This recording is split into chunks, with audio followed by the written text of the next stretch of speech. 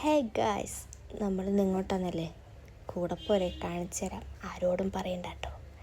അങ്ങനെ പോകുമ്പോൾ ആണ്ട നിൽക്കുന്ന മുന്നിലൊരുത്തൻ നീ ആരടാന്ന് ഞാൻ ചോദിച്ചു. അപ്പോൾ അവൻ എന്നോട് ചോദിച്ചു നീ ആരടീന്ന്. പിന്നെ ഞാൻ സൈഡിലൂടെ ഇങ്ങ് പോകുന്നു. നമ്മളായിട്ട് എന്തിനാ ആൾക്കാർക്ക് പ്രശ്നം ഉണ്ടാക്കുന്നത്? ഇപ്പം മനസ്സിലായില്ലേ എങ്ങോട്ടാന്ന്? ഒരു താല്പര്യമില്ലെങ്കിലും വെള്ളിയാഴ്ചയാണല്ലോ എന്നോർത്ത് മാത്രം ഓഫീസിൽ പോകുന്നു ഞാൻ.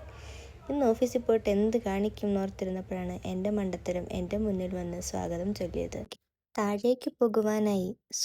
മേലേക്ക് പോകുവാനായി താഴത്തെ ബട്ടൺ അമർത്തി നിൽക്കുന്ന ഞാൻ. അന്നേരം എൻ്റെ ബ്രെയിൻ അടുത്ത ജില്ലയിൽ എവിടെയോ പോയിരിക്കുകയായിരുന്നു തോന്നുന്നു.